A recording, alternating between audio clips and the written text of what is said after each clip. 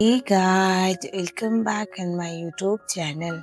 आज मैं आप लोगों के लिए एक नया ड्रामा लेकर आ गई हूँ। ड्रामा बहुत ही ज़्यादा प्यारा है। आई होप आपको पसंद आएगा। अगर आप लोग मेरे चैनल में नए हो तो चैनल को सब्सक्राइब जरूर कर लेना। तो चलिए एपिसोड को स्टार्ट करते हैं। फौजिया जो इस ड्रामे का मेन लीड होता है वो अपने घर पे होता है और हमें दिखाया जाता है वो वहाँ पर अपने स्टेप मॉम के साथ था। स्टेप मॉम की आरती नहीं उतारी जा रही थी बल्कि उसकी जो स्टेप मॉम होती है वो बहुत ही विल हुआ करती थी। और जब फौजियान और उसकी मॉम किसी की हेल्प नहीं ले पाते थे उन्होंने बहुत परेशान किया था। और अभी उसकी मॉम उसे कोर्स कर रही थी। उसकी स्टेप मॉम ये बोलती हुई कि तुम दोनों को उसी दिन मुझे मार देना चाहिए था, मेरी बहुत बड़ी गलती हो गई और तुम दोनों को मैंने जिंदा छोड़ दिया। उस आग में तुम जल जाते ना तो तुम आज मेरे साथ ये सब कुछ ना कर रहे होते। फौजियान ये सुनने के बाद फौजियान हंसता है और उसके बाद अपने स्टेप मॉम को बोलता है, सही कहा आपने, अगर आप उस दिन वापस आते देख लेते कि मैं जिंदा हूँ या नहीं तो शायद आज ये सब कुछ दिन आपको देखना ना पड़ता। तो थैंक यू स्टेप मॉम, लेकिन अब बहुत हो गया। मैं आप लोगों की बदतमीजी और आप लोगों ने जो भी मेरी मॉम और मेरे साथ किया उस सब कुछ का हिसाब एक एक चुकाने के लिए आ चुका हूँ। और अब मुझे कोई रोक नहीं सकता, मैं किसी को भी नहीं छोड़ूंगा और आपसे ये सब कुछ हमारी फैमिली का पावर छीनना चाहता हूँ, ऐसा बोलता है। और उसके बाद हमें दिखाया जाता है जो फूजियान होता है वो हम लोगों को बुलाता है। उसके स्टेप मॉम को कुछ मेडिसिन दिलाया जाता है और उसके बाद वो बोलता है, जब तक मेरी मॉम लाचार थी तब तक आपने मेरी मॉम को बहुत परेशान किया, उनको पागल बनाने की ट्राई किया। अब उसका टेस्ट आप भुगतो, पूरी लाइफ आप मरने के लिए तरसोगे लेकिन मैं आपको मरने भी नहीं दूंगा, ऐसा वो बोलता है।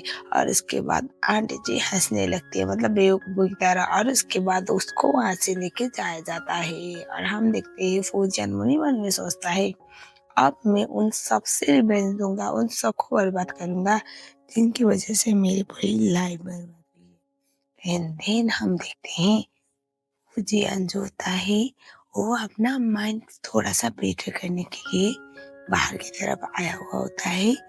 वहाँ पर वो एक लड़की को बैले डांस करते हुए देख लेता है। ये थी वान। वान दरअसल ड्रामे और उसके बाद फौजियन जो होता है वो नीचे की तरफ आता है। अब दिखाया जाता है इस ड्रामे की फीमेल लीड जिसका नाम वान होता है वो बैले डांस कर रही होती है। बड़ी प्यारी थी, अच्छी भी लग रही होती है और कुछ देर तक तो फौजियन का ध्यान वो खींचने में कामयाब हो जाती है। उसे उसको पहचानने में बिल्कुल भी देरी नहीं लगती। वो मन ही मन में सोचता है, फाइनली मैंने तुम्हें ढूंढ लिया, अब तुम्हें मुझसे कोई नहीं छीन सकता। और हम देखते हैं वहाँ पर जो वान होती है वो नाच रही होती है, डांस कर रही होती है। फ्लैशबैक टाइम जहाँ पर जब फूजान बहुत ज़्यादा परेशान हुआ करता था, उसको बहुत ज़्यादा चोट आई थी, उस टाइम भी हमारी बंदी थी वान, उसने उसके लिए प्यारा सा डांस किया था ताकि उसको थोड़ा बेटर फील हो। शायद ये दोनों एक दूसरे को जानते थे या फिर ऐसा भी हो सकता है कि ये दोनों एक दूसरे के हमेशा से अच्छे दोस्त हुआ करते थे, कुछ तो था। अब प्रेजेंट में दिखाया जाता है जहाँ पर फौजियान जो होता है वो मन ही मन में ये सोच रहा होता है, मैंने तो कभी तुम्हारे अलावा किसी और के बारे में सोचा नहीं, मुझे बहुत वक्त लगा तुम्हें ढूंढने में, लेकिन आई एम हैप्पी कि मैं तुम्हें ढूंढ पाया। ऐसा वो बोलता है, नीचे की तरफ चला जाता है। अब हम देखते हैं वहाँ पर इस ड्रामे का दूसरा मेन लीड सेन होता है जो दरअसल वान का बॉयफ्रेंड था। वो उसे सबके सामने शादी के लिए प्रपोज करता है। वहाँ पर आता है फौजियान। फौजियान आके उस बंदे को पीटने लगता है और वानी तो समझ नहीं पाती व्हाट वाज रॉन्ग। वो बोली होती है, कौन हो तुम, कौन हो, प्लीज यहाँ से हटो और मेरे बॉयफ्रेंड को क्यों पीट रहे हो। फौजियान बोलता है, तुम मुझे पहचानती नहीं हो। बोलते, कौन हो तुम, मैं नहीं जानती तुम्हें। वो बोलता है, मैं फौजियान और मेरे होते तुम किसी और के साथ शादी कैसे कर सकती हो। और वानी बोलते, फूजियान मतलब वो बंदा जिसकी वजह से मैंने अपने सब कुछ खो दिया। वो बोलता है तुम क्या कहना चाहती हो? वो बोलती है हाँ मैंने सही बोला, और उसके बाद वो उसे किस करने लगता है ये बोलते हुए कि तुम तो सिर्फ मेरी हो। उसके बंदे जो होते हैं ओशियन को पकड़ के उसे रोकने लगते हैं, और जो वानी होती है उसे जोर से लगा देती है, उसे जोर का तमाचा लगाती है और बोलती है समझ के क्या रखा है तुमने अपने आप को, तुम कोई गॉड हो? फौजियन मतलब शेर का सबसे बड़ा गुंडा, सबसे बड़ा घटिया इंसान, जिसकी वजह से मैंने लास्ट ईयर अपनी मॉम को ऑलमोस्ट खोते-खोते मैं बच गई थी। और उस बंदे को मैं क्यों ना पहचानूँ? वो बोलता है क्या बोल रहे हो? वो बोलते हैं मैं जो बोल रही हूँ सच बोल रही हूँ। तुम्हारी वज़ह से मैंने अपनी मॉम को ऑलमोस्ट खो दिया। मेरी मॉम हॉस्पिटल में हॉस्पिटलाइज़्ड है क्योंकि तुम्हारा जो भी है, तुम जो गैंग में काम करती हो, उस गैंग फाइट के चक्कर में क्रॉस फायर में मॉम पड़ गई थी। तुम्हें क्या पता? तुम्हारे लिए आसान होगा लोगों की जान लेना, लेकिन सबका ऐसा नहीं होता ना। वो बोलता है मैं तुमसे शादी करना चाहता हूँ।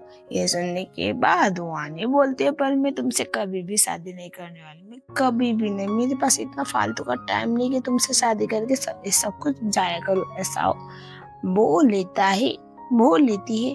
और उसके बाद वहाँ पर बहुत सारे लोग आते हैं और बहुत सारे पैसे ज्वेलरी उसे ऑफर किया जाता है। वो कहते हैं ना लड़कियों को तो ये सब पसंद है, तो फुजियान को भी लगा ये भी वो ये सब कर लेगी, इसीलिए उसे इम्प्रेस करने के लिए ढेर सारे पैसे और ज्वेलरी वहाँ पर लेके आता है। और उसके बाद जियान बोलता है ओके तुम बोल सकती हो, लेकिन तुम्हारा डिसीजन फाइनल डिसीजन नहीं है। मैंने तो ठान लिया कि तुम ही मेरी दुल्हन बनोगी। तुम्हें याद आना चाहिए मैं कौन हूँ। अगर तुम्हें मैं याद ही नहीं हूँ उस टाइम पे तुम्हारी गलती है, लेकिन हाँ मैं तुम्हें नहीं छोड़ने वाला। अब तुम फंस चुकी हो, ऐसा वो बोल देता है। और उस समय पे हमें दिखाया जाता है जितने पैसे वहाँ पर रखा गया था, जो हमारी वाणी होती है वो बोलती है तुम्हारे पैसा, तुम्हारा पावर, तुम्हारे 2 नंबर धंधों से जितने भी पैसे पावर आया हुआ है ना वो अपने पास रखो। मैं वो नहीं हूँ जो तुम समझ रहे हो। Get out. वो नहीं मानता।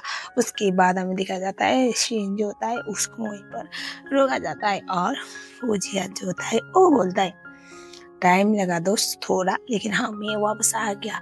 मैं तेरे हाथ नहीं तोड़ा क्योंकि अभी मुझे अपनी गर्लफ्रेंड वापस मिल चुकी है। बाकी कुछ नहीं, बस दोबारा आना मत क्योंकि मैं सोचूंगा नहीं दोबारा तेरे बारे में। ऐसा वो बोलता है। वहाँ पर डैड आते हैं। डैड बोलते हैं मेरे बेटे को छोड़ो। तभी वो बोल रहे होते हैं कि तुम जैसे गुंडों को मैं अपने बेटे कभी भी नहीं दूंगा। ये सुनने के बाद फौजियान बोलता है मैं आज आपको छोड़ रहा हूँ क्योंकि जब इसकी और मेरी शादी होगी उस समय पर आप ही हम दोनों का आशीर्वाद देने के लिए जिंदा रहोगे, वरना मैं किसी को भी कभी भी जाने नहीं दे देता जो मेरे साथ बदतमीजी करते हैं। ऐसा वो बोलता है और उसके बाद वो वानी को वहां से उठा के लेके चले जाता है और सब लोग वहां पर देखते ही रह जाते हैं। बहुत परेशान थी यार, उसे पता नहीं था ये कहाँ फंस गई। वो बोल रही होती है प्लीज मुझे छोड़ो। वो बोलता है नहीं मैं तुम्हें नहीं छोड़ सकता, तुम्हें सच में मैं याद नहीं हूँ। तुमने मुझे प्रॉमिस किया था कि मैं ही तुम्हारी लाइफ का पहला और आखिरी मैन हूँ, मैं तुम्हारा सबसे अच्छा दोस्त हूँ। और मेरे कुछ टाइम गायब होने से तुमने इतना बड़ा कदम कैसे उठा लिया? तुम किसी और के साथ कैसे हो सकती हो? लेकिन तुम टेंशन मत लो, मैं हूँ अब तुम्हारे साथ, और मेरे होते होते तुम्हें कोई और मुझसे दूर नहीं ले जा सकता। बोल के उसे किस करने लगता है।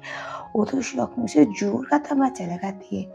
वो बोलती है तुम इंसान नहीं बल्कि तुम जानवर हो, और जानवर से कभी प्यार नहीं किया जाता, बस हमदर्दी जताया जाता है। प्लीज यहाँ से जाओ, मैं नहीं करने वाली तुमसे शादी। कुछ भी करो तुम अपने आप को, जो करना चाहे कर सकते हो, मेरे साथ जो करना चाहे कर सकते हो। वो बोलता है नहीं बेबी मैं तुम्हारे साथ कुछ कैसे कर सकता हूँ, because I love you and I want to be with you, then how can I be. ऐसा हो बोला होता है। एंड देन वो बोला होता है क्या तुम्हें मैं सच्ची में याद नहीं? तुमने मुझे प्रॉमिस किया था मैं तुम बैले डांस करोगी, तुम मेरे लिए करोगी, और तुम किसी और के साथ। क्या ये कुछ वक्त इतना ज्यादा था कि तुम मुझे भूल चुकी हो, याद नहीं हूँ मैं? वो बोलते कौन हो तुम्हें नहीं जानती तुम्हें। वो बोलता है 5 साल पहले एक ऐसा लड़का जिसकी माँ बीमार थी और उसको उसके काम करने के लिए बहुत ज्यादा मेहनत करनी पड़ती थी, अभी भी याद नहीं हूँ मैं। वो बोलती है तुम नियान हो? वो बोलता है हाँ मैं नियान हूँ। वो याद करती है फ्लैशबैक। तो जैसे जो वानी है उसकी लाइफ में प्रॉब्लम्स थे, वैसे ही जो फौजियान है उसके लाइफ में भी बहुत प्रॉब्लम्स थे। यस यस, आपको समझ में तो आ ही गया होगा। ये तो इसकी जो मॉम है वो बहुत प्रॉब्लम में हुआ करती थी। उसकी स्टेप मॉम उसकी लाइफ को जान बनाने के लिए कुछ भी करती थी एंड उस समय पर उसको बहुत दिक्कतें झेलनी पड़ती थी। और उस टाइम पे वानी एज एन अच्छी फ्रेंड, और क्योंकि वो उसकी तकलीफ को बहुत अच्छे से समझती थी तो उसने उसकी बहुत मदद की थी। और अभी प्रेजेंट में वो बोलती है अच्छा तुम नियान हो, लेकिन क्या करूँ मैं नियान, तुम नियान हो ही नहीं सकते। पता है क्यों? क्योंकि वो अच्छा था, वो बेचारा था।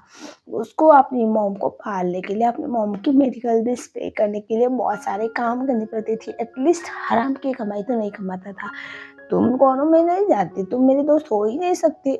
तुम वो इंसान हो जो लोगों को मारने से पहले दोबारा नहीं सोचता, और ऐसे इंसान के साथ मैं शादी करना ही नहीं चाहती। प्लीज मेरी लाइफ में ऑलरेडी कोई है, लीव मी अलोन। वो बोलता है नहीं मैं अलाउ करता ही नहीं हूँ।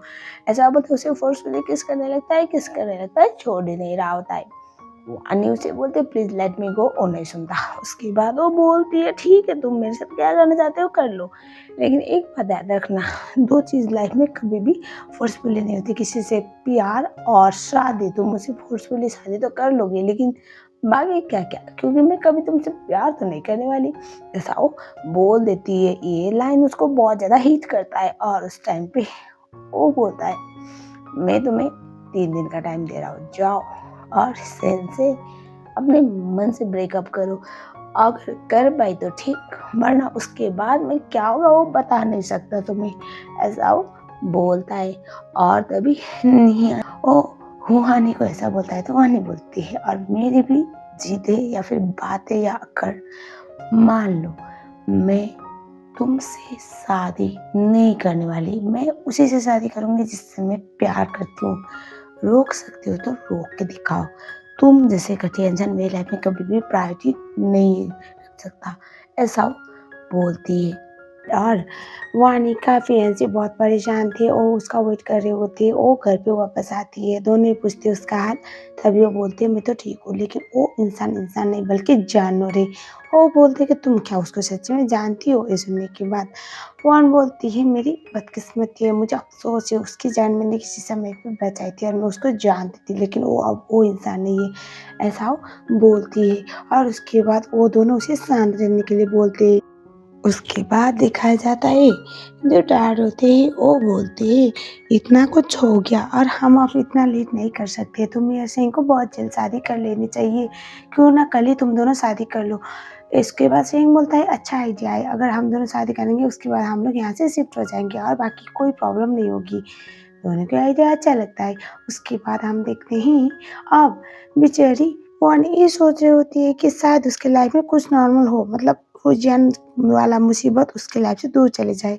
उसके बाद हम देखते हैं नेक्स्ट डे जहाँ पर वेडिंग वेन्यू पे, जहाँ पर ज़्यादा लोग तो थे नहीं, ऑब्वियसली ये शादी ढिंढोरा पीटने वाला तो नहीं था। फुजियन से बचने के लिए प्लस उसका अपना प्यार पाने के लिए सब कुछ करना था। तो वो थोड़ा सा सीक्रेटली मैरिज करने के लिए आई हुई थी। उसकी मॉम जो व्हीलचेयर में थी और हाफ पैरालाइज स्टेट में थी, वो रिस्पॉन्ड नहीं करती थी, तो वहाँ पर व्हीलचेयर में उसको लाया गया था। और हमें पता चलता है उसकी मॉम तो जिंदा है, एक्सीडेंट के बाद वो सर्वाइव की थी।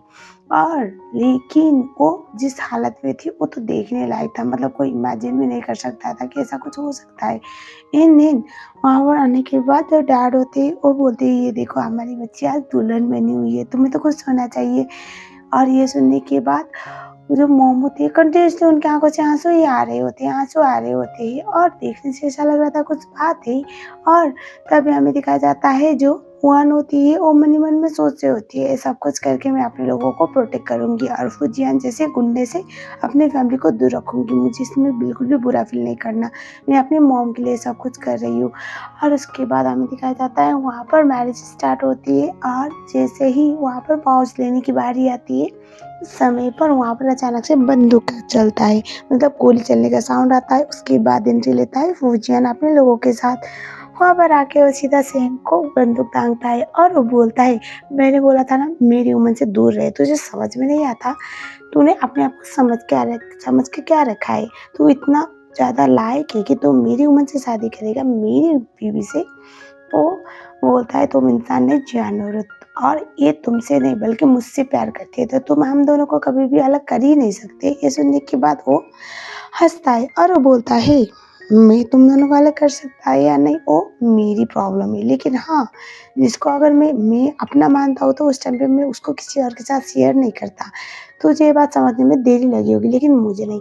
उसके बाद जो हमारी बंदी थी वो उसकी तरफ अपना बंदूक निकाल, वो जो बंदूक था उसको अपने सर की तरफ रख के बोलती है तुम्हें मारना है मुझे मारो, यहाँ पर किसी और को कुछ करने की ज़रूरत नहीं। वो बोलता है तुम्हें पता है ना मैं तुम्हें कुछ नहीं कर सकता, इस बात की वजह से ये सब कुछ कर रही हो। वो बोलता है मुझे पता है तुम मुझसे शादी करना नहीं चाहती, लेकिन मुझे फ़र्क नहीं पड़ता, मेरे अकेले का प्यार इनफ है तुम्हारे लिए, तुम्हारे साथ रहने के लिए, तो बेबी लेट्स गेट मैरिड। वो बोलती है नहीं, कभी भी नहीं, ना ही इस जन्म में ना किसी और जन्म में। वो हँसता है और वो बोलता है you know that I love you, you know that मैं तुम्हें तो हर्ट नहीं करूँगा लेकिन तुम्हारे आस-पास के लोगों को तो हर्ट कर सकता हूँ ना। उसके बाद वो बंदूक निकालता है और उसके बाद वो अपनी मदर इन लॉ की तरफ से साइड पर वो गोली चला देता है। मतलब उनको लगती नहीं, लेकिन हाँ, आंटी जी अभी जो पैरालाइज़ स्टेट में थी ना उसको फिर से शॉक लगता है और गोली चलने की वजह से आंटी जी बहुत ज़्यादा पैनिक करने लगती है। डैड उसे रोकने की ट्राई कर रहे होते हैं लेकिन वो नहीं करता, वो पैनिक करने लगती है और रोने लग जाती है। और बोल रहे होते हैं कि मुझसे दूर रहो, रो रही होती है। अब ये देखकर बेचारी कौन-सी बेटी सह पाती, वो तो बहुत शॉक में वो बोले होते हैं, "ये सब कुछ क्यों कर रही हो? प्लीज़ हमें जाने दो।" वो बोलता है, "तुम अगर मुझसे शादी करोगी तो तुम्हारी मॉम को अभी के अभी इलाज मिल जाएगा, वरना भूल जाओ मॉम का हालत बहुत ज़्यादा खराब हो रहा होता है।" उसके बाद वो मना करती है और हमें दिखाया जाता है जो डॉक्टर होते हैं वो वहाँ पर 3 मेडिसिन लेके आए थे, इंजेक्शन जो अभी आंटी को थोड़ा बेटर कर सकता था।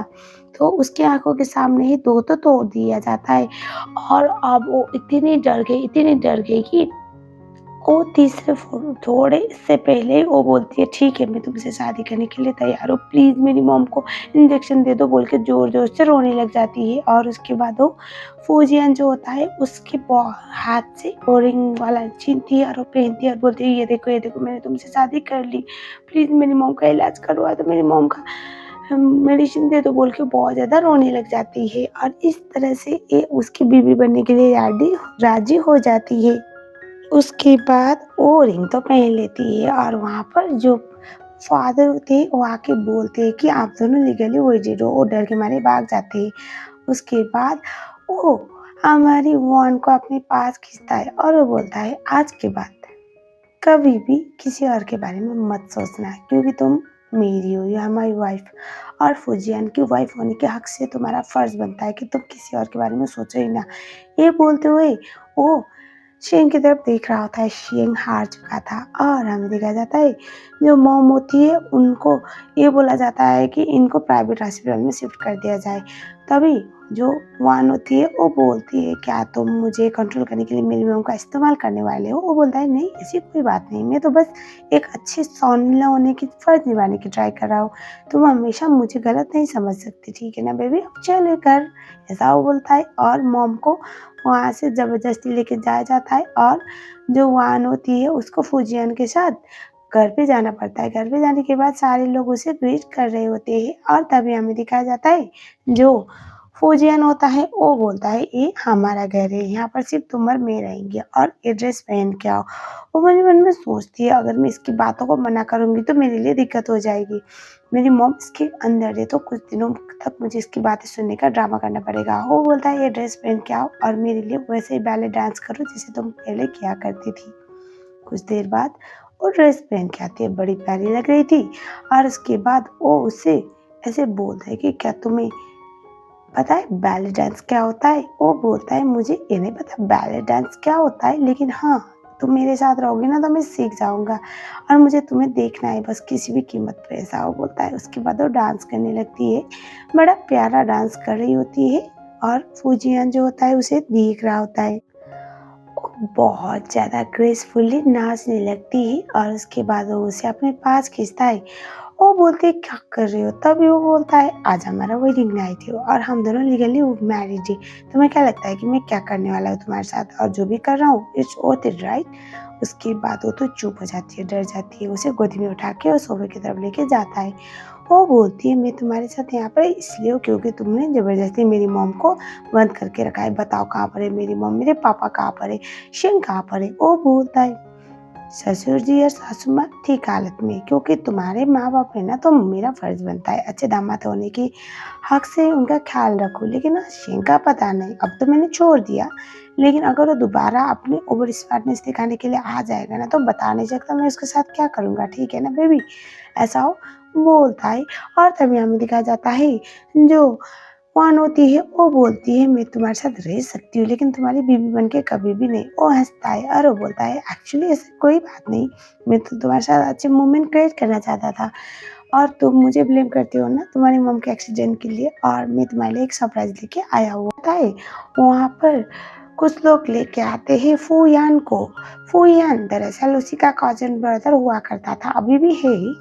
और वो बोलता है तुम जिस बात के लिए मुझे ब्लेम करते हो ना वो दरअसल मेरे प्यारे भाई ने किया हुआ था। वो बोलते हैं क्या? तभी उसे एविडेंस दिखाता है सालों पहले जब उसकी मॉम कहीं जा रही थी तो गैंग फाइट में वो पड़ गई थी, मतलब गैंग फाइट चल रहा होता है और फूयान जो फूजियान को बहुत ज़्यादा हेट किया करता था, उसको मारने के लिए आया हुआ बंदा वहाँ से भाग रहा था तो उसने आंटी जी को उड़ा दिया था। Technically Fujian was responsible for everything.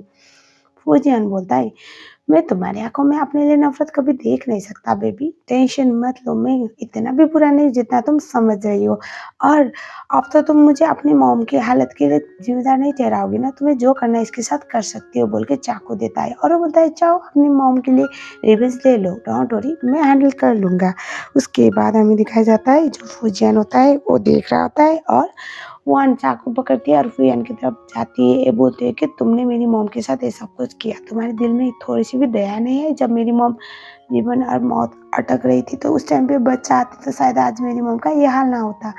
वो सॉरी सॉरी बोल रहा होता है, वो स्टॉप करने का ड्रामा करती है और सीधा फूजान की तरफ स्टॉप करने वाली थी। फूजान उसे रोक लेता है। उसके बाद वो बोलता है मैंने तुम्हारी आंखों के सामने तुम्हारे मॉम के कातिल को तुम्हारी मॉम के साथ जो हुआ उसके रिलेटेड लोगों को रख दिया और तुम मुझे ही मारना चाहती हो। ये सुनने के बाद वो बोलती है तुम्हें क्या लगता है मैं स्टूपिड हूँ? तुम जितने पावरफुल हो ना तुम किसी को भी फेक स्पेस कोड बना के लेके आ सकती हो। शी मीन टू से कि बलि का बकरा। और उसके बाद वो बोलती है मैं कभी भी मान ही नहीं सकती, तुम्हारे पास इतना पावर है, तुम ही हो ज़िम्मेदार मेरी मॉम की वो हालत के लिए, मुझे पता है अच्छी तरह से। और ये सब कुछ करके तुम मेरा दिल जीतने का ट्राई करो, वो वर्थ इट बिल्कुल भी नहीं है क्योंकि कोई फ़ायदा ही नहीं है। तभी वो उससे बोलता है नहीं बेबी ऐसी कोई बात नहीं। उसके बाद वो उससे सोफे की तरफ पुश करता है और वो बोलता है तुम्हें मुझ पे भरोसा नहीं मैं समझ सकता हूँ, लेकिन हाँ टेंशन मत लो मैं तुम्हारा भरोसा जीत लूँगा, मुझे अपने प्यार पर पूरा भरोसा है। और उसके बाद वो अपने लोगों को बोलता है आज के बाद मैं घर से कहीं जा नहीं सकती, सिर्फ विला के अंदर ही जो करना है करेंगे, इनको जो चाहिए विला के अंदर ही मिलेगा। तभी वुआन बोलती है क्या तुम मुझे लॉक करके रखने वाले हो, मैं कोई जानवर हूँ क्या? वो बोलता है नहीं ऐसी कोई बात नहीं, लेकिन हाँ क्योंकि तुम्हें मुझ पर भरोसा नहीं और मुझे इस बात पे डर है कि तुम यहाँ से भाग सकती हो, इस बात की वजह से मुझे तुम पर नज़र रखना पड़ेगा।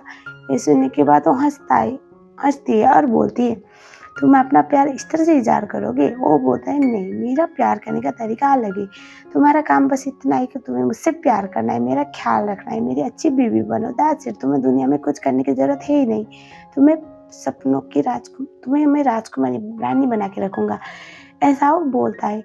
वो बोलती है तुम्हारा ये प्लान ना ज़्यादा दिन चलने वाला हूँ नहीं, मैं जैसे ही मुझे मौका मिलेगा मैं यहाँ से चली जाऊँगी। उसके बाद बड़े गुस्से में वहाँ से चली जाती है। अब इसका ये सुनने के बाद फौजियान बोलता है जो भी हो इसने लॉ को ब्रेक किया हुआ है, इसने मेरी मदर इन लॉ को गाड़ी से टक्कर मारी है और अब इसको जेल पे भेजो, बाकी कुछ कर नहीं सकते हम इसका, ऐसा वो बोलता है। और उसके बाद हमें दिखाया जाता है भूयान तो चिल्लाते रह जाता है कि मैं तुम्हारा भाई हूँ, तुम मेरे साथ ऐसा कैसे कर सकती हो। अगले दिन में दिखाया जाता है जो फौजियन होता है वो वुआन के पीछे-पीछे गया हुआ होता है, उसे पीछे से हग करता है और वो बोलता है तुम अभी भी मेरे साथ मुँह फुला के बैठने वाली हो? ये सुनने के बाद वुआन बोलती है तो मैं क्या करूँ एक बात बताओ, तुम मुझे कब तक यहाँ पर रखने वाले इस तरह से बांध के? वो बोलता है ऐसी तो कोई बात नहीं है। तभी वो बोलती है तुम जो भी करो मैं शायद सह लूँगी, लेकिन हाँ, तुम्हें मेरा प्यार कभी भी नहीं मिलेगा, बोल के वो गुस्सा करती है। वो बोलता है तुम्हारा मूड बहुत ख़राब लग रहा है, तो साथ में हम बैले डांस देखने के लिए जाएँ? वो बोलती है नहीं, उसके बाद वहाँ से चली जाती है।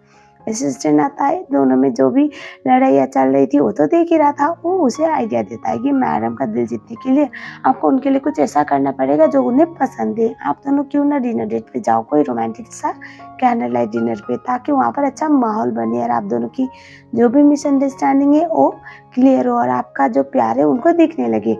उसको ये आइडिया बढ़िया लगता है और वो अरेंजमेंट करने के लिए बोलता है। और हम देखते हैं अगले सीन में, जहाँ पर प्यारा सा कैंडल लाइट डिनर वाला सेटअप लगाया गया था। यहाँ पर प्यारा सा कैंडल लाइट डिनर वाला सेटअप लगाया गया था। उससे पूछता है कि तुम्हें ये सब कुछ पसंद आया बेबी? वो बोलती है जबरदस्ती पसंद करने के लिए बोला जा रहा है तो मैं कैसे बोलूँ मुझे पसंद आया? अगर मैं मना करूँगी तो क्या तुम मेरा भी जुबान काटोगे? वो बोलता है नहीं, तुम्हें कुछ क्यों करूँगा मैं? तुम्हें तो मैं कभी कुछ कर नहीं सकता। उसके बाद ये दोनों साथ में डिनर करने के लिए बैठते हैं। कुछ देर बाद एक शेफ आता है जो मास्क पहना हुआ था, उसको एक चीर देता है। उसे समझ में आता है कि ये तो शेंग है। उसके बाद हमें दिखाया जाता है वो उसे इशारा कर रहा था, उसके चक्कर में वहाँ पर सामान गिर गया। अब फूजन को गुस्सा आता है, वो उससे उठ के बोलता है कि तुम मेरी बीवी को परेशान कर रहे हो, हटो यहाँ से। और तभी वो बोलती है नहीं ऐसी कोई बात नहीं। तभी वो बोलता है तुम यहाँ पे एक शेफ को बचा रही हो, क्यों? वो बोलता है वो बोलती है अरे मैं बचा नहीं रही हूँ, मैं बस फैक्ट बता रही हूँ, वो गलती से लग गया होगा, दैट्स ओके। और उसके बाद वो बोलते हैं प्लीज यहाँ से जाओ तुम।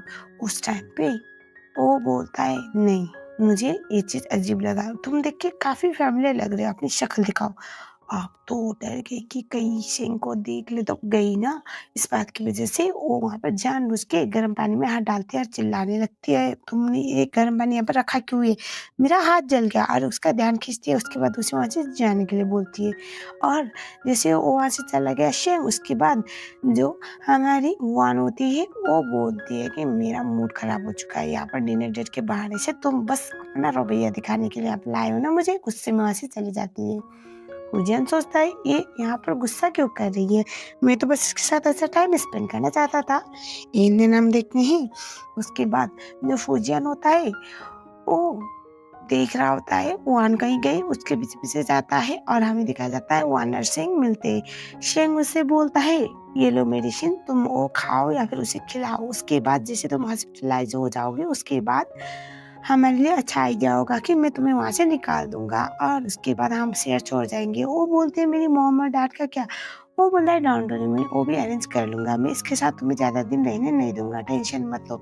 ऐसा वो बोल के उसको भरोसा दिला रहा था कि चाहे कुछ भी हो जाए वो उसके साथ ही। और तभी वहाँ पर फूजियन आ पहुंचता है, लेकिन जब तक फूजियन आता है तब तक तो वहाँ से जा चुका था। उसके बाद दिखाया जाता है शेंग, तो वहां से गया फूजियन उसके गाँव पे, मतलब अभी जो गर्म पानी में हाथ डाले थे वहां पर मलम पट्टी करता है। 2 दिन गुजर गया, शेंग का तो कोई अता पता नहीं। अब वो डर जाती है कि क्या हो गया, वो कुछ मैसेज वैसेज नहीं कर रहा।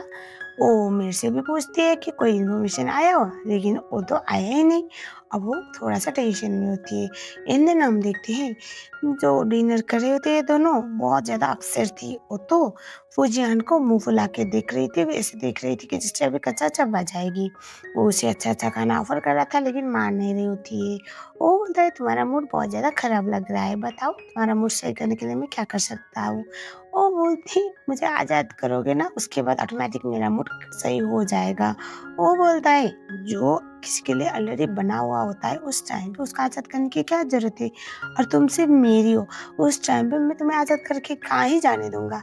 ऐसा वो बोलता है, उसे किस करने लगता है, उसे धक्का देती है, उसके बाद उसे गोदी में उठा के विंडो की तरफ लेके जाता है, उसे वैसे किस करने लगता है। इन दिन हम देखते हैं वहां पर अगेन एक पोस्ट कार्ड आता है, उसकी सब उसके पास वो खुश होती है। उसके बाद वो उसको पीछे से हक करता है और वो बोलता है अचानक से पोस्ट कार्ड आया, तुम खुश हो? क्या बात है, किसी ने भेजा है क्या तुम्हारे लिए, तुम्हारी कोई तुम्हारा फेवरेट कौन? सिंह, तुम्हें लग रहा है? और उसके बाद वो बोलती है नहीं ऐसी कोई बात नहीं। उसके बाद वो बोलता है मुझे लग रहा है कि कुछ तो बात है जो मुझसे छुपाया जा रहा है। उसके बाद वो उसके साथ रोमांस करने की ट्राई कर रहा था। ये बोलते है कि तुमसे मेरे तुम किसी और के हो ही नहीं सकते और ना ही मैं कभी होने दूंगा। और तभी जो हमारी वान थी वो वहीं पर बेहोश हो जाती है और उसको हॉस्पिटल के लेके जाता है। हॉस्पिटल में जाने के बाद जो फूजियान था वो ये बोलने लगता है अगर मेरी वाइफ को कुछ भी हो गया ना तो मैं तुम सबको बर्बाद कर दूंगा। और उसके बाद उसे हॉस्पिटल के अंदर लेके जाया जाता है। एंड देन अंदर जाने के बाद वो अचानक से अपनी आंखें खोलती है। यस वो वही वाला प्लान था वहां से भगाने का। शेंग उसका इंतजार कर रहा था, उसके लिए अलग सा ड्रेस रेडी किया हुआ था और वो डॉक्टर वाले रवैया मतलब गेटअप पे वहां पर बैठा हुआ था। उसके बाद वो वहां से निकल रहे होते हैं दोनों ही मास्क पहनकर डॉक्टर वाले और नर्स वाले रवैये मतलब गेटअप पे। फूजियान उसका हाथ पकड़ता है, वो डरती है कहीं ये पकड़ी तो नहीं गई। उसके बाद फूजियान बोलता है मेरी वाइफ अंदर हॉस्पिटल में पड़ी हुई है और तुम दोनों कहाँ पर जा रहे हो। अब वो क्या बोलता है, वो डर रही होती है। और तभी हमें दिखाया जाता है जो शेंग होता है वो बोलता है आपकी वाइफ को ब्लड ट्रांसफ्यूजन की जरूरत है और हम उसको अरेंज करने के लिए जा रहे हैं तो हम क्या जा नहीं सकते। वो बोलता है मेरी बीवी को अगर कुछ भी हो गया ना तो मैं सबको मार डालूंगा। वो बोलता है मार डालना लेकिन पहले इलाज करने तो सर इतना ज्यादा गुस्सा करना भी सही नहीं है, आप कंट्रोल करके कुछ हासिल नहीं करोगे।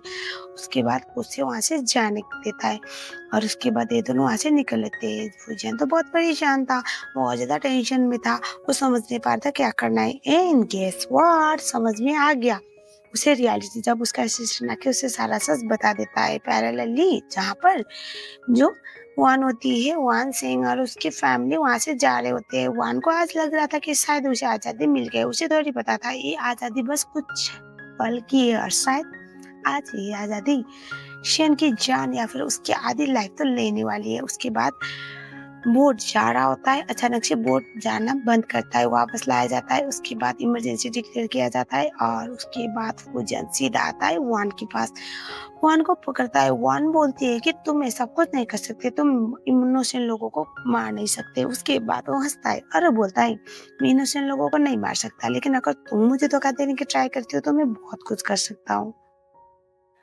उसके बाद वो बोलता है मैंने तुमसे बोला था तुम मेरी वाइफ हो और तुम यहाँ पर इसके साथ भागने का प्लान बना रही हो।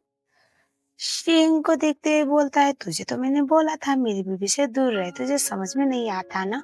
कोई बात नहीं, मैं हूँ तुझे आज सबक सिखाने के लिए। वो बोलती है मेरे आंखों के सामने ऐसा नहीं कर सकते, प्लीज किसी को कुछ मत करो। वो बोलता है तुम्हें पहले समझना चाहिए था ना, मैंने बोला था मुझे गुस्सा दिलाने वाले लोग बिल्कुल ही पसंद नहीं, तुम मेरी वाइफ ही हो लेकिन फिर भी अगर तुम मुझे धोखा देके जाने के इस बारे में सोचोगी तो I have to think again right. उसके बाद पहले तो उस डॉक्टर को वो पानी में फेंकवा देता है जिस डॉक्टर की जगह पे वहां पर सेम डॉक्टर बन के आया था। वो तो रोने लग जाती है। हालांकि उस बंदे को नीचे से लोगों ने बचा लिया था, बस वो वहां पर वान को डराने के लिए ये सब कुछ किया गया था। वो बोलती है इसमें उसकी क्या गलती है, तभी वो बोलता है गलती कुछ नहीं है, बस उसने शें की मदद की, मेरी बीवी को मुझसे दूर ले जाने के लिए मदद की, तो मैं कैसे हैंडल करता। उसके बाद वो बोलता है तुम्हें ये तो समझ में आ रहा होगा कि अगर तुम मुझसे दूर जाओगी या फिर तुम कभी भी मुझसे दूर जाने के बारे में सोचोगी तो तुम्हारे आसपास के सारे लोगों को नुकसान होगा। ये सुनने के बाद वो बोलता कहीं जा नहीं सकती, इसकी तो हो गई, अब इसकी बारी। बोल के वो शेन को उसकी आंखों के सामने उसके हाथ पैर तोड़ के उसे कबाड़ा कर देता है और बेचारी वान तो चिल्लाती रह जाती है और वो बोलता है इसकी जान भी ले सकता हूँ लेकिन लोग ये बोलेंगे कि मैंने डर के मारे अपने दुश्मन को कुछ नहीं किया, उसे जाने दिया, उसे मैंने मार दिया क्योंकि मुझे ऐसा लगता था कि वो मैं मेरी बीवी को लेके चला जाएगा। मैं कभी भी इसको अपना कंपटीशन नहीं मानता लेकिन अगर ये ऐसी बीवी को भी दोबारा करेगा तो इसको ये करने के बारे में सोच भी ना है, मुझे ये तो करना पड़ेगा ना। तो इसको मैं जिंदा छोड़ रहा हूँ लेकिन भीख मांगने की हालत में छोड़कर बोल के उसको वहीं पर लेटा देता है। मतलब अब इतना मार खाने के बाद हाथ पैर तुड़वाने के बाद वो तो बस सांप की तरह रेंगते रेंगते जमीन में पड़ा रहता है।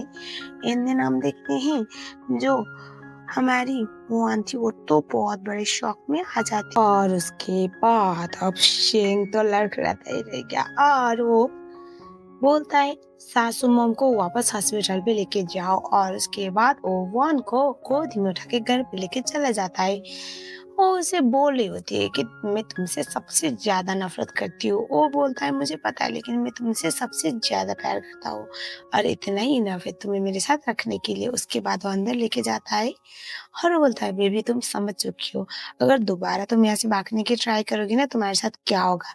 ओके तुम्हारे साथ कुछ नहीं होगा, इस बार मैंने तुम्हारे आसपास के लोगों के साथ किया, दोबारा हो सकता है तुम्हारी मॉम या तुम्हारे डैड में से एक की बारी आए तो तुम जब तक मैं वापस ना आऊँ बहुत ज्यादा आराम से रहना और मुझे दिक्कत मत दिलाना क्योंकि आखिर में कोई ऐसी हरकतें करना नहीं चाहता। ऐसा वो बोलता है और उसके बाद वहां से वो चला जाता है। कुछ समय बाद हमें दिखाया जाता है जब जो घूस फुजियान जो होता है वो कॉल करता है अपनी मेट को ये पूछने के लिए कि क्या हाल है, 2 दिन से तो मैडम ने कुछ खाया ही नहीं, वो तो अपने कमरे में बंद बैठी हुई है, किससे मिलना भी नहीं चाहती। ये सुन के उसे बहुत घबराहट होती है। वो फौरन वापस आता है, उसे 1 वीक तक मीटिंग के लिए बाहर ही रहना था। उसके बाद वो वान के पास आता है और वो बोलता है तुम ये सब कुछ क्यों कर रही हो। और उसके बाद वो उससे पूछता है कि तुम साबित क्या करना चाहती हो। वो बोलती है मुझे बस तुमसे रिवेंज लेना है और उसके लिए मैं कुछ भी करूंगी और मुझे समझ में आ चुका है कि तुम सिर्फ मुझे हर्ट होते हुए नहीं देखना चाहती तो मैं अपने आप को हर्ट करूंगी। वो बोलता है तुम मेरे पैसेंस का टेस्ट ले रहे हो। उसके बाद उसे किस करने लगता है, उसे छोड़ ही नहीं रहा होता है और उसके बाद उसे धक्का देती है और उसके बाद वो बोलता है अगर ये चीज कंटिन्यू करना नहीं चाहते ना तो मेरे साथ चलो खाना खाने के लिए, वरना हो सकता है मैं इससे आगे भी जाऊं क्योंकि मैं तुम्हारा हस्बैंड हूँ और मैं बहुत कुछ कर सकता हूँ। वो यार लीगली हुई ऐसा वो बोलता है। उसके बाद वो खाना खाने के लिए जाती है, मजबूरी थी बेचारी की। एंड देन हम देखते हैं वो जैसे ही फिश डिश ट्राई करती है तो उसे याद आता है ये तो मेरे डैड जैसा डिश है, मतलब उसके पापा वैसे ही बनाते थे। बोलती है ये मेरे पापा जैसा, तुम मेरे घर गए कि जाके आए हो। उसके बाद फ्लैशबैक टाइम जहाँ पर वो अपने ससुर जी से मिलने के लिए गया था ढेर सारा पैसा लेकर और सब्जी लेकर उस और वहाँ पर फिशेस भी थे और वो बोलता है ये पैसे रखो और मुझे सिखाओ कि वन कैसे खाना पसंद करते हैं, कैसी चीजें पसंद है। वो बोलते हैं कि तुम्हें लगता है मैं सब कुछ करूंगा। वो बोलता है आपकी बेटी हंगर स्ट्राइक में बैठी है पिछले 2 दिन से, अगर आज ना खाई ना तो मर जाएगी तो मुझे करना पड़ेगा। उस टाइम पे वो बोलता है तुम्हारे बच्चे तुम्हारे पास रखो और चलो किचन में मेरे साथ में अपनी बेटी के लिए कर रहा हूँ ये सब कुछ। उसके बाद वो वहाँ पर उसे खाना बनाना सिखा रहे होते हैं, पानी में हाथ जल जाता है और उसके बाद वो बोलता है ये कैसा खाना है, हाथ जल गया मेरा, बंदूक लाओ। उसके बाद ससुर जी बोलते हैं एक छोटा सा काम तुम कर नहीं सकते, अच्छे हस्बैंड होने के सारे ड्यूटी तुम निभा कैसे लोगे जब तुम्हें खाना बनाते टाइम हाथ जलने पे तुम ऐसे रिएक्ट कर रहे हो। तो सबसे पहले तो तुम्हें अपने आप को पैशंस से रखना पड़ेगा वरना कुछ नहीं हो सकता। ऐसा वो बोलता है और उसके बाद वो दोबारा खाना बनाना सीख लेता है, मतलब वो थोड़ा शांत होके क्योंकि ये सब कुछ भगवान का सवाल था। उसके बाद वो खाना बनाना सीख लेता है और घर आके वो खिलाता है, मतलब वही वाला। और उसके बाद वो बोलती है तुम्हें लगता है ये सब कुछ करके तुम मेरा दिल जीत पाओगे। वो उसे किस करता है और उसके बाद वो उसे धक्का देती है। वो बोलता है मैं तुम्हारा दिल तो जीत लूंगा, मुझे अपने पैर पे पूरा भरोसा है। उसके बाद वो बोलती है तो मुझे यहाँ से बाहर जाने दो। वो बोलता है मैं तुम्हें जाने भी दे दूंगा, इसमें कोई दिक्कत नहीं, लेकिन जब तुम ओबिडेंट बनोगी तब, जब तुम मेरी बातें सुनने लगोगी तब, वरना नॉर्मली तुम मेरे साथ लड़ने के लिए हमेशा पड़ी रहती हो। ऐसा लगता है कि चाकू छुरी लेके मेरे पीछे पड़े हुई हो, तो उस टाइम मैं तुम्हें कैसे जाने दे सकता हूँ अपने आप से दूर।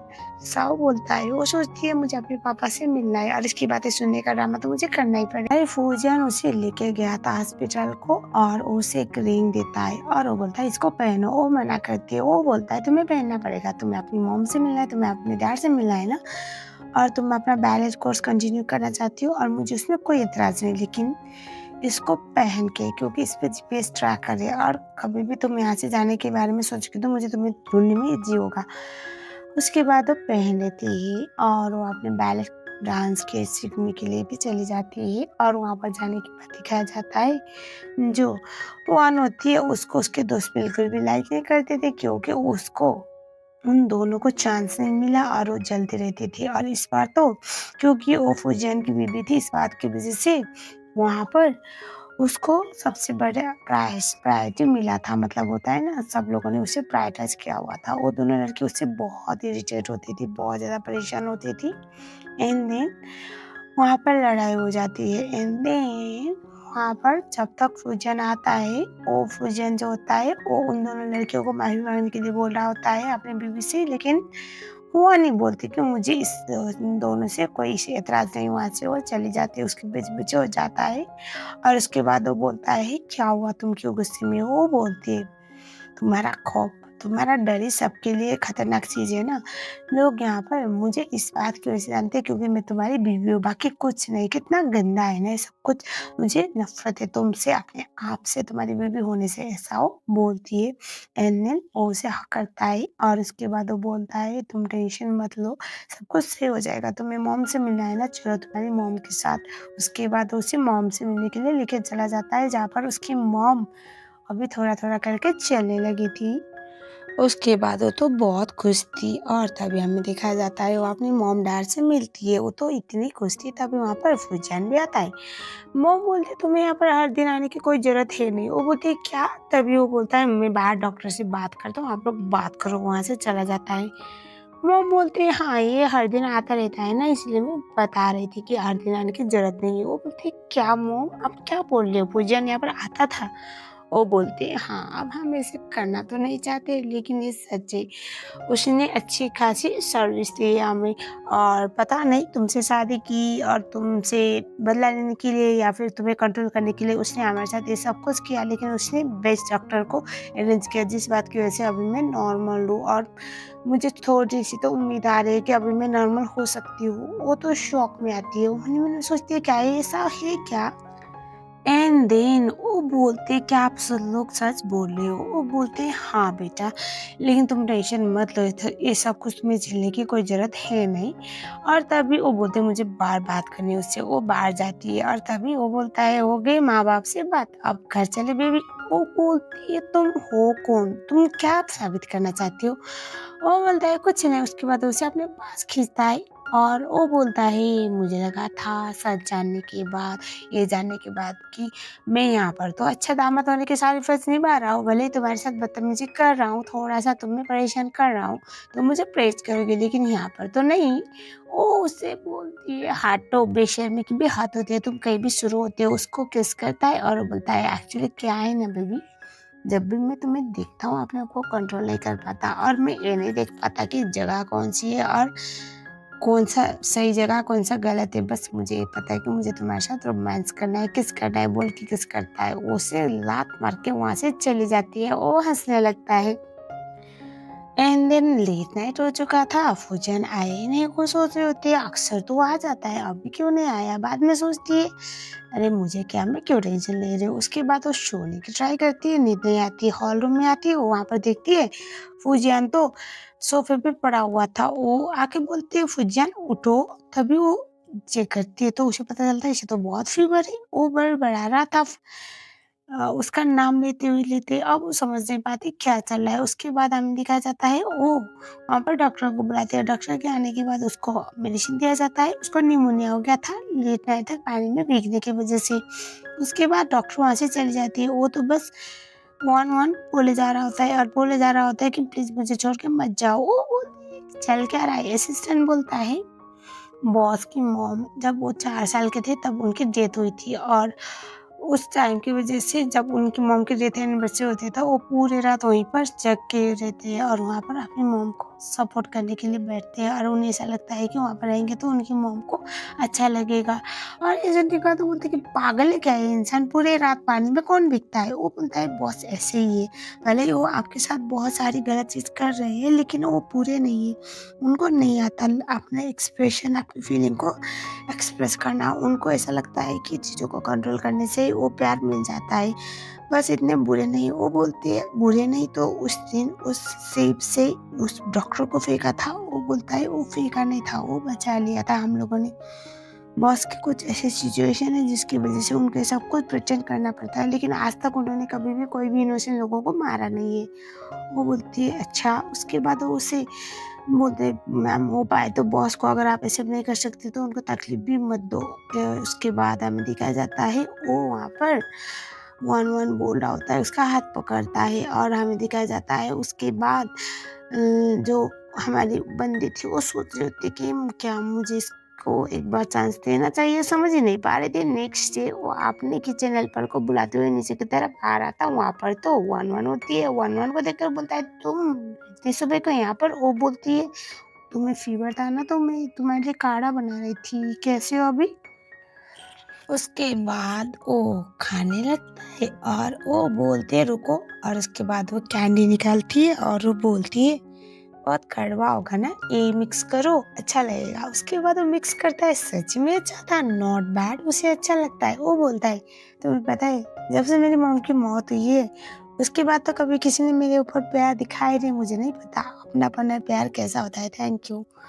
वो सोचते इसको थैंक यू बोलना भी आता है। और उसके बाद हमें दिखाया जाता है अब अगले सीन जहाँ पर वो उसे बोलता है मुझे थोड़ा काम है तो मैं कुछ दिन में आऊँगा, प्लीज़ इस बार कहीं मत जाना। वो स्माइल करती है और वो उसके कॉलेज में जाता है, बहुत बड़ा फंडिंग दे देता है और वो पर्सनली रिक्वेस्ट करता है कि जो वान ने उसका जो भी बैले कॉम्पिटिशन में पार्टिसिपेट करने का उसका मन था नेशनल लेवल पे, उसको खारिज ना कर दिया जाए। एंड अब वो मान जाते हैं और उसके बाद वन वन जो होती है उसको वो उसके बर्थडे के दिन पर एक प्रिटी सा ड्रेस पहना के वो एक स्टेज पे लेके आता है। वो बोलते हैं तुम मुझे लेके कहाँ जा रहे हो? वो बोलता है तुम्हारा सपना पूरा करने के लिए। उसके बाद वो बोलता है तुम यहाँ पर परफॉर्म करोगे आज, क्योंकि बहुत बड़े-बड़े जज आ रहे हैं, वर्ल्ड से टॉप बेस्ट बैले डांसर वाले जज। वो बोलते हैं पर मैं तो डिस्क्वालीफाई हो चुकी हूँ शायद। वो बोलता है नहीं, मैंने पर्सनली रिक्वेस्ट किया और वो लोग मान चुके, तो जाओ परफॉर्म करो, ऑल द बेस्ट बोल के उसे उसका बर्थडे गिफ्ट देता है। उसे बहुत अच्छा लगता है, वो उसे हग करती है और वो बोलती है तुम वेट करना मैं आ जाऊँगी, ठीक है ना? वो बोलता है हाँ। वो भाग के जाती है। वो मन ही मन में सोचता है फाइनली शायद मुझे अब समझ में आया कि तुम कैसे स्माइल करती हो। एटलीस्ट मैं ये सब कुछ करके तुम्हारे फेस पे स्माइल ला पाया हूँ। वो डांस परफॉर्मेंस देती है, बड़ा प्यारा था, सब लोग उसको बहुत पसंद करते हैं और वो वापस आती है। मॉम मुझसे बोलती है तुम बहुत अच्छे से डांस की हो। डैड भी खुश थे। डैड बोलते हैं फूजियान को कि अगर तूने मेरी बेटी को दोबारा रुलाया ना मैं छोड़ूंगा नहीं, जान लेना। वो बोलता है ससुर जी टेंशन मत लो, अब ऐसा कभी कुछ नहीं होगा। ओ फूजियान का हाथ पकड़ती है और बोलती है क्या तुम सच्ची में अपने आप को बदलने के लिए तैयार हो? क्या तुम वो हो जिसको मैं जानती थी बहुत सालों पहले? वो बोलता है मैं ट्राई करूँगा तुम्हारी उम्मीदों पे खरा उतरने का। और उसके बाद ये सब कुछ ख़त्म होता है और शाम को वो बोलती है कि मैं अपनी ऑर्गेनाइज़र से एक बार बात करके आती हूँ, तुम वेट करो, साथ में हम डिनर करेंगे। उसके बाद वो जाता है और उसके बाद वो वहाँ से जा रही होती है, शिंग उसे पकड़ लेता है। शिंग को देख के वो शॉक में, क्योंकि बंदे ने पीछे से झपटा मारा था।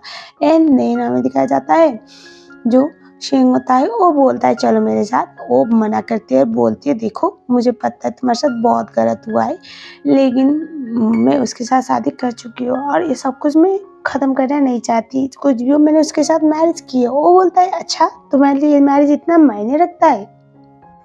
अब कुछ भी बोलो, उसका बचपन का दोस्त था, मतलब हाई स्कूल टाइम का दोस्त था और उससे लाइक भी तो करने लगी थी, मैरिड भी थी और उसको ये चीज़ बिल्कुल भी पसंद नहीं आता। वो बोलता है तुम उसके साथ अपनी लाइफ आगे बढ़ाने के बारे में सोच रहे हो, मेरा क्या? तुम्हारे चक्कर में मैंने क्या-क्या झेला है और तुम्हें लगता है मैं इतनी ईज़िली तुम्हें उसके पास जाने दूँगा? वो बोल रही होती है कि मैं फौजियान से बात करके तुम्हारे पैरों को ठीक करवाऊँगी। वो बोलता है हरगिज़ नहीं, तुम इस तरह से मुझे धोखा देने वाली हो तो मैं भी तुम्हारे साथ कुछ कर सकता हूँ जो तुम सोचो भी ना। उसके बाद उसके सर पे मारता है and yes she got abducted, I mean to say kidnapped. अब होना क्या था उसके बाद हमें दिखाया जाता है, क्योंकि उसने बोला था ना कि वो डिनर पे आएगी इसलिए वो वेट कर रहा था।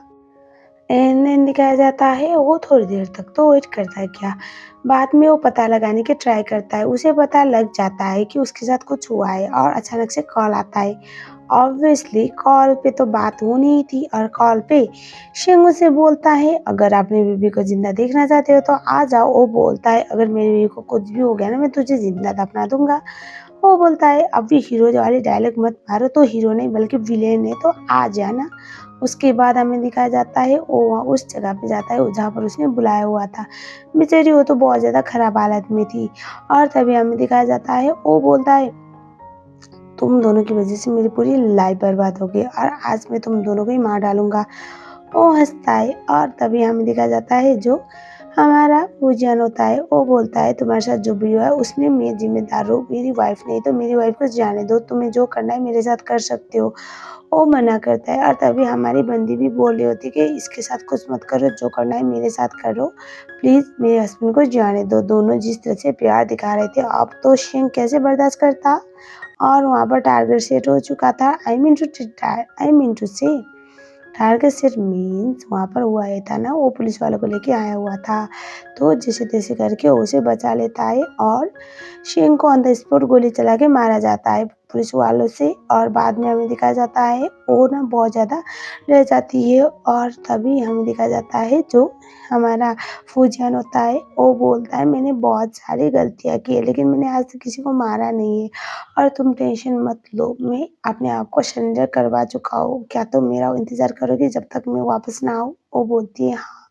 उस टाइम पे वो बोलता है, मैं जितना हो सके कानून के हिसाब से सज़ा लेने के लिए तैयार हूँ, उसके बाद तुम और मैं एक नई लाइफ स्टार्ट करेंगे। वो हाँ बोलती है, ये दोनों एक दूसरे को हग करते हैं and with that said drama खत्म होता है। उम्मीद है आपको पसंद आया होगा। Personally drama was really good. I hope आपको पसंद आए, मुझे भी अच्छा लगा। जैसा भी लगा हो मुझे कमेंट में ज़रूर बताना। I will be back with another drama soon. तो थैंक यू सो मच।